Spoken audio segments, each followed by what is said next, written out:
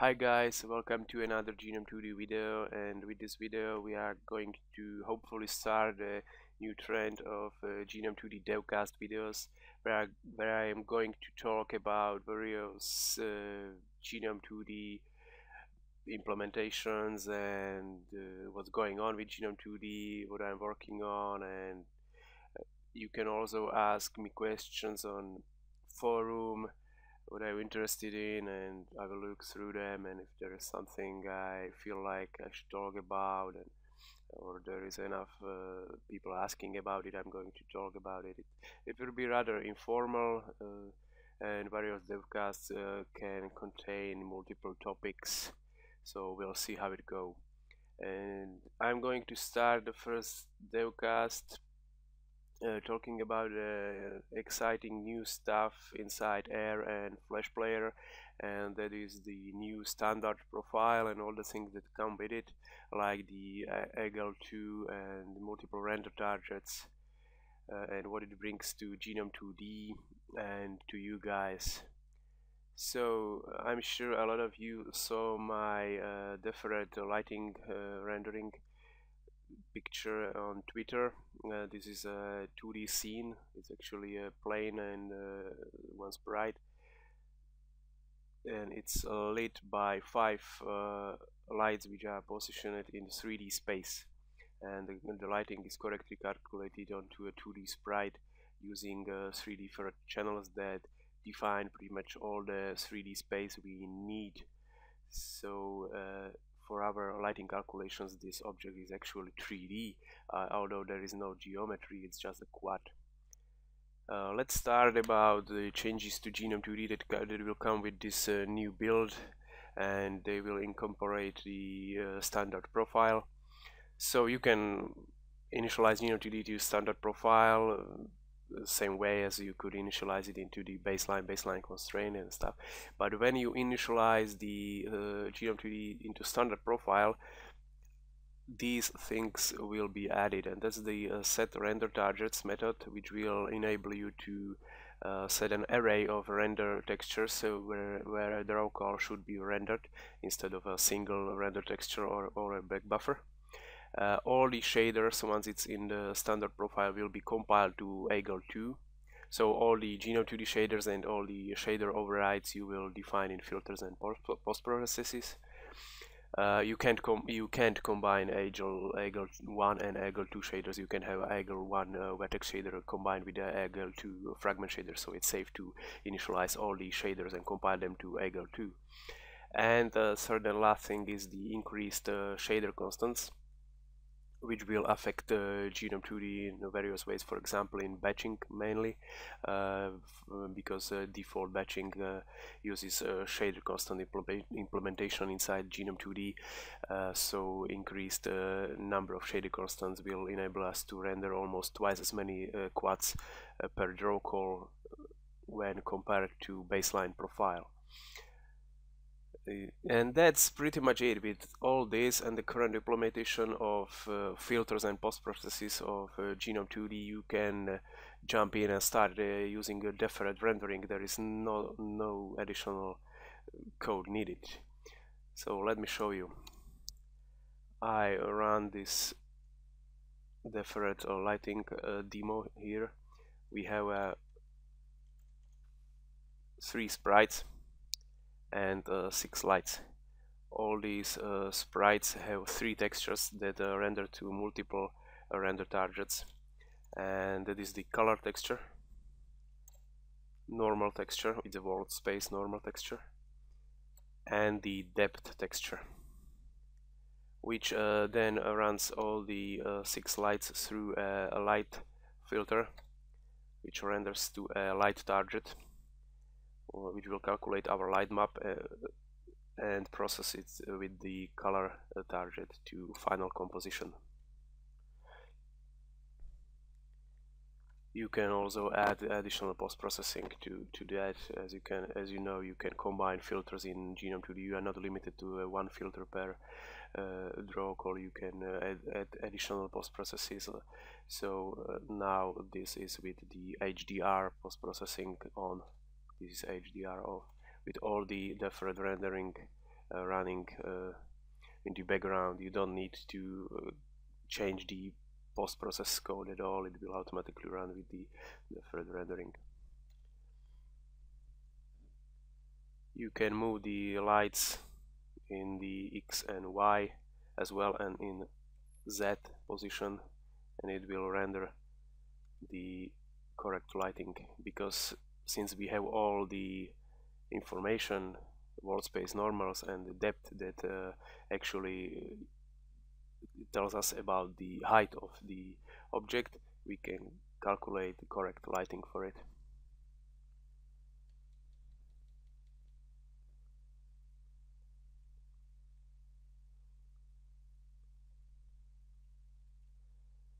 And this is a directional light which renders for direction from the center of the screen.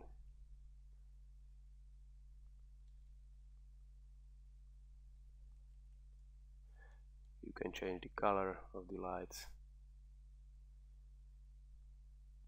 All this would be possible in baseline profile, but you would need more render passes, because you would need to render the color target through multiple draw calls depending on the amount of sprites there and batching.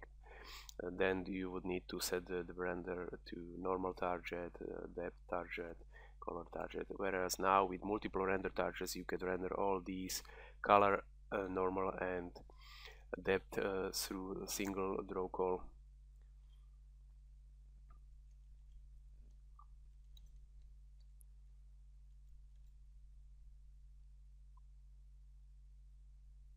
But there is a new thing that's available in AGL2, and that's the depth bright.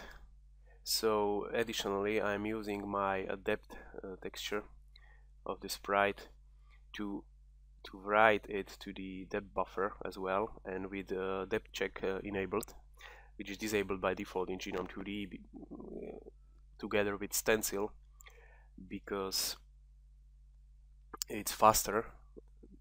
But now if you want to utilize this new feature, you would need to enable the buffer and stencil together with the flag in air, and you all know it, and initialize the enable depth stencil Genome2D flag in G context config.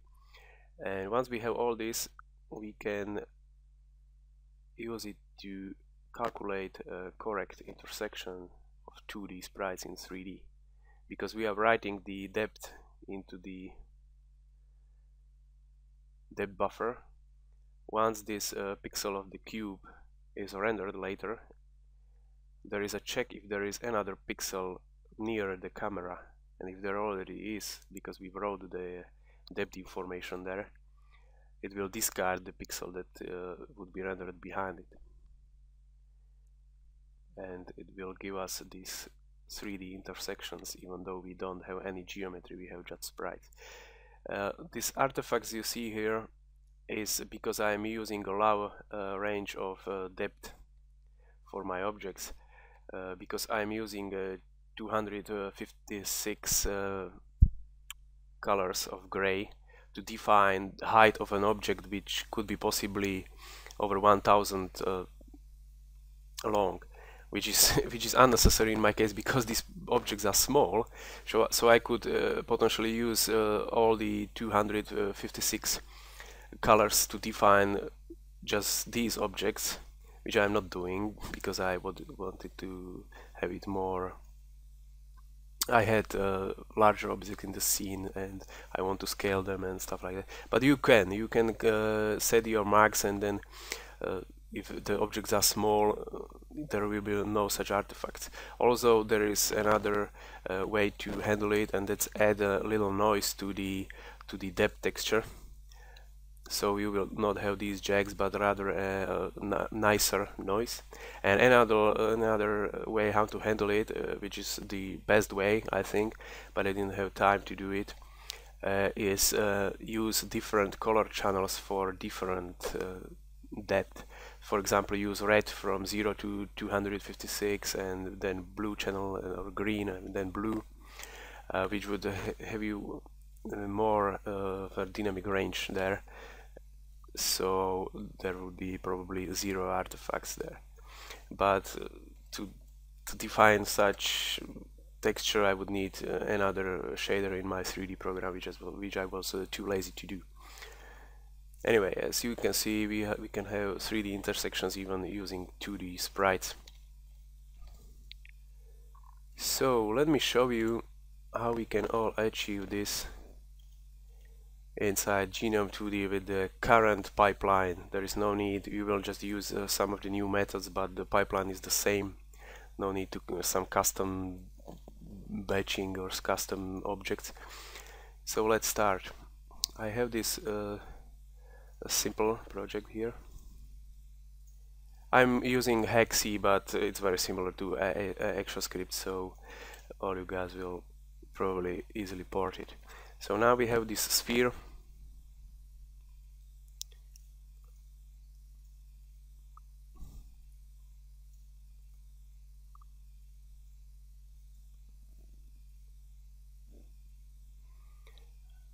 And I'm just outputting all the 3 different textures we will need, which is the color texture, the normal texture, and the depth texture. The depth texture and the normal texture don't have alpha. I'm taking alpha from the color texture. So what we need to do, I'm going to explain it using the low level draw calls, but you can integrate it into the node and sprite and the general Genome2D pipeline. So we handle it, we set a pre-render or post-render, doesn't matter, callback, since we are not rendering any nodes. And we need to set our rendering to multiple render targets with the new methods and render targets. So we prepare the 3 different render textures for the color, depth, and normal, which will be full screen render textures. And now when we call this draw call for this sphere color, it will render to all these 3 targets. With the new, let me show you the filter or the angle. With the new angle, we are able to output to 3 different targets, which is the OC is the first target, which is the default one even in angle 1, and then the second target and the third target. And to extend the functionality of the low level draw call or a sprite or anything in Genome2D, we need to use filters. Many of you are familiar with filters, but let's reiterate a little. What filter does is extend the default rendering pipeline of Genome2D, and it can extend the fragment shader part of it. So we can either inject a fragment shader code into the default fragment shader that's being rendered using the batching of Genome2D, or we can totally override the fragment shader, which I'm doing here, even though I could do this with extending, but let's override to have it all in one place. What it does, it still takes the default texture that comes from the low level draw call or from the sprite or other components as the sampler 0, and the UV coordinates that will come from the Genome2D vertex shader still in V0, varying constant first. So we take that into account, and now we can extend all the other stuff that we need. We need to sampler the normal or the depth texture and the normal texture, which we also need to bind. So we will bind it inside the filter. As you know, bind is called each time a filter is used. So if there is this MRT filter used on the draw call, it will call the bind during the initialization of the low level stuff. So it will bind our fragment constants, which we can add here, and it will bind our textures also. It will clear them once there is another draw call with other filter or with no filter called. So now we have this filter that outputs to all the 3 different render targets, which we can see here. Let's say we will render the color target. So now it renders the whole screen. We have only one sphere there. Let's render another sphere there.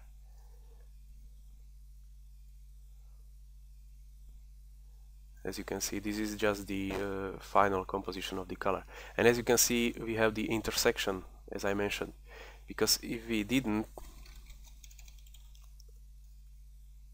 it would render using the painter's algorithm. So first sphere render, then the second. It doesn't matter what pixel is here. But since we are using depth buffer, and in our MRT filter we are using the new feature of AGL2, and that's the output to depth buffer using the depth texture of the sprite, it will render it and discard pixels that are behind. We can check the depth, as we can see all the single draw call. This will actually use just a single draw call due to batching. Will render to all these three render textures. That's the new feature of standard profile. Otherwise, we would need to use like set render target colors, then render it that set the render target depth and normal, and we wouldn't be able to use the fake 3D intersection, since we wouldn't be able to output to depth buffer. So now that we have all these three targets with all the information we need to calculate the light, because the normals and the the depth, we have all the 3D information for the object, even though it is a sprite, we can render the lighting. Again, using filter. Okay, we use the depth target now. With color target, we want to light the color target.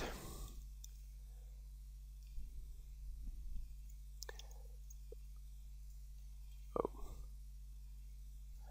it didn't render because I'm using the light filter in a different way inside my demo that I showed, because in that I use the light just to render light maps, not the final composition. But since we are using just a single light here, I will output the color. So now it should render with color light, and as you can see, it works. The light filter is very simple lighting. I used my normal based shader, which I showcased in my Mahjong example, but I switched to world space instead of tangent space, and I am using the Z from the depth information as well to calculate the actual direction in 3D space, because I am defining the light in 3D space and calculating the 3D position of the pixel from the normal and the depth texture. And that's pretty much it. Now with this you can easily, as you can see, there was not much different code using deffered rendering inside Genome2D. It works like a charm.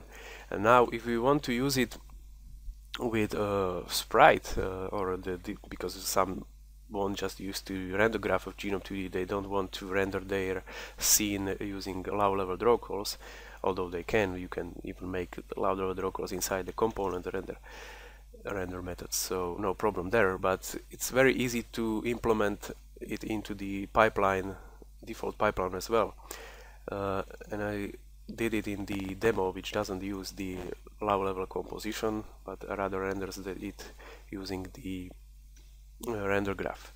So what I have here is two objects, object composition, two nodes, object composition and light composition.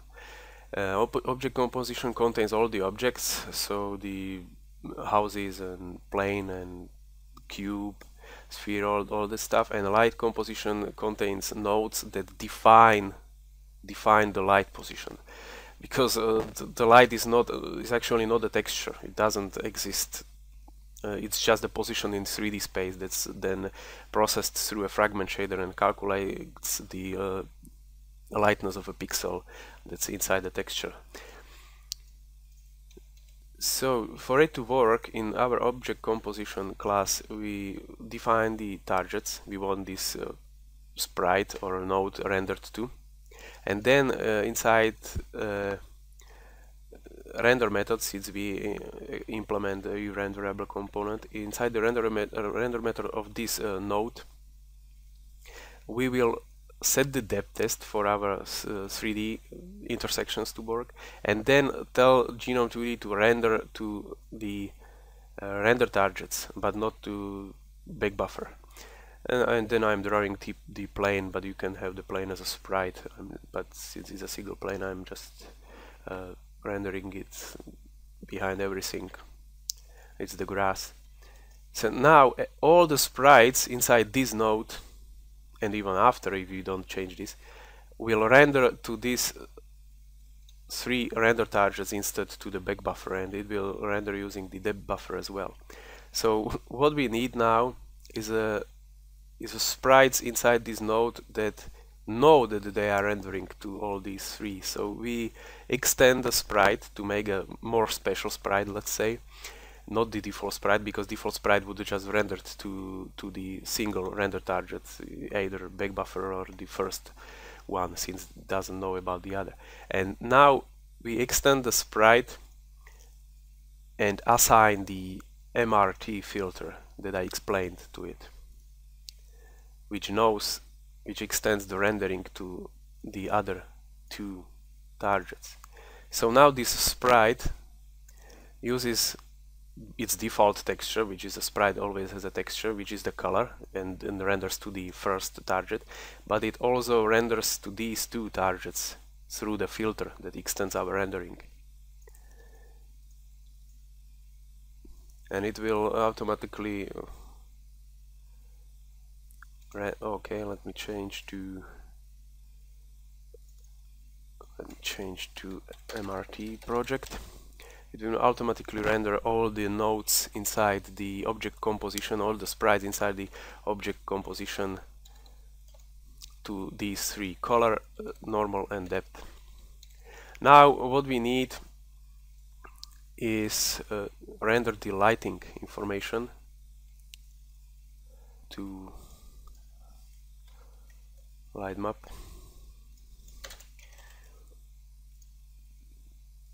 And what we need is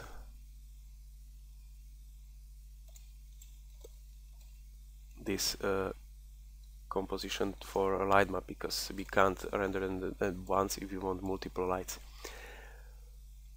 To achieve this, we have the other composition object node,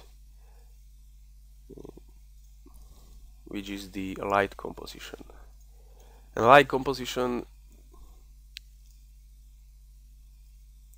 has a light container which contains the nodes that just define position of light. They don't exist. I'm using them for the gizmo as well, but the gizmo has no effect on the writing.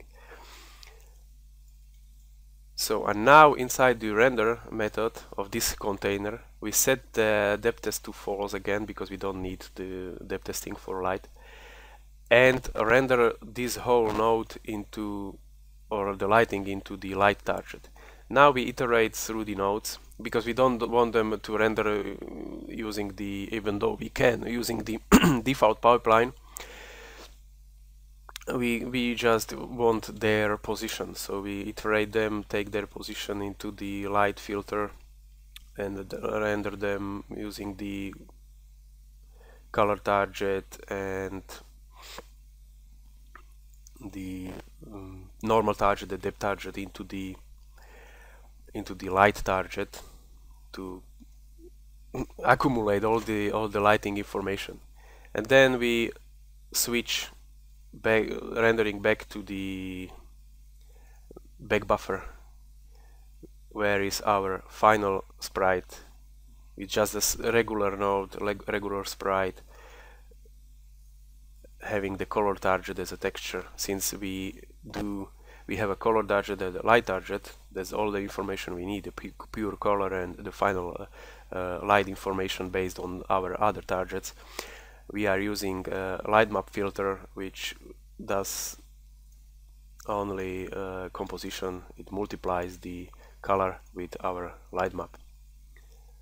So as you can see, the final sprite is using a collage texture and light map filter simple, which contains light texture. So it's a composition, and now, as I said, if we want the post-processing on that, we can do that. It's just a regular sprite inside our Genome2D pipeline. We can use this HDR rendering.